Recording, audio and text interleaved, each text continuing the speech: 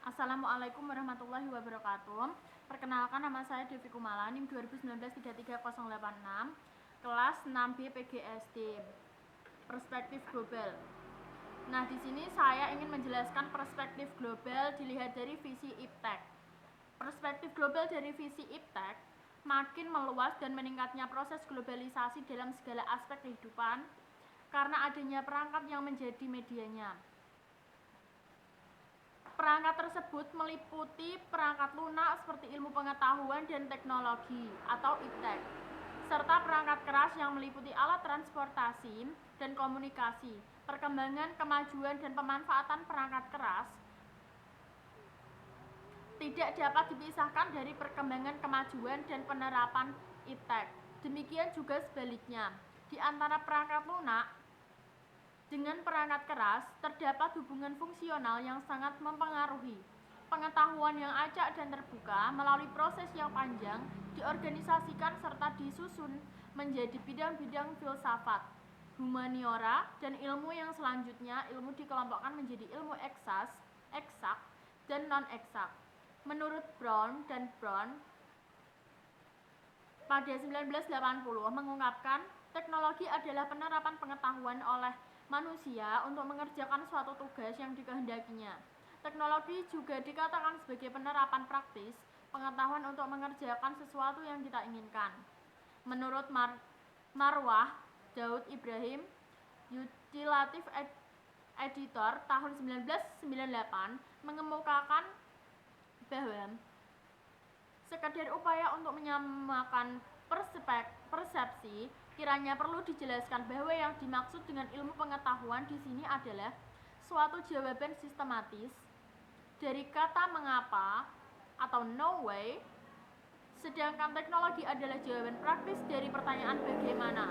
Know how, dengan teknologi orang lalu dapat memanfaatkan gejala alam, bahkan bisa mengubahnya.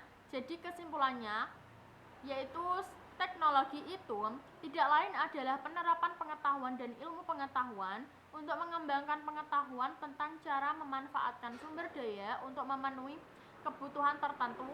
Selanjutnya, dengan menerapkan pendekatan perspektif budaya, Alvin Toffler dalam bukunya yang berjudul Gelombang Ketiga pada tahun 1980 mengemukakan 3 tahap perkembangan ikhtisarnya secara singkat sebagai berikut. Menurut Toffler, pada tahun 1980, yaitu gelombang pertama, ribuan tahun yang lalu telah terjadi perubahan besar dalam bercocok tanam sederhana menjadi pertanian yang lebih maju.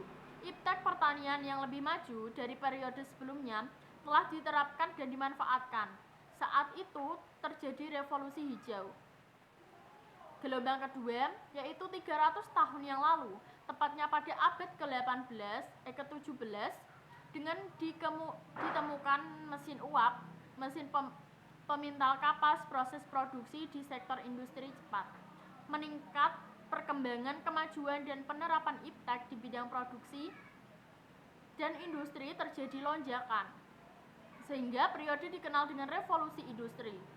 Gelombang ketiga pada abad ke-20, kemajuan IPTEK elektronik maju dengan cepat. Radio, TV, dan telepon maju dengan cepat termasuk penerapannya. Melalui media elektronik ini, berita dan peristiwa cepat tersiar ke seluruh dunia. Dengan pemanfaatannya, satelit komunikasi penyiar TV makin meluas. Informasi makin cepat merambah. Oleh karena itu, pada abad ke-20 telah terjadi revolusi informasi. Melalui revolusi informasi, proses globalisasi berbagai aspek kehidupan makin dipacu dampak negatif perkembangan.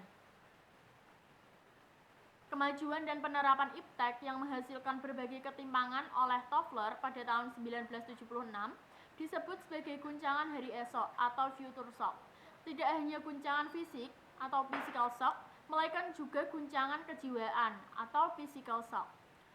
IPTEK di bidang komunikasi informasi menjadi salah satu saran dari berbagai permasalahan.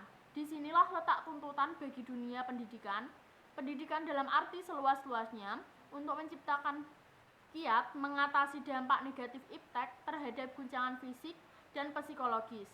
Manusia sebagai makhluk hidup yang berbudaya yang mengembangkan iptek memiliki kemampuan cara dan kiat berkomunikasi yang beragam, yang juga berkembang serta dapat dikembangkan. Sejalan dengan perkembangan, kemajuan dan penggunaan transportasi serta media elektronik, kontak interaksi sosial umat manusia untuk berkomunikasi itu juga makin maju.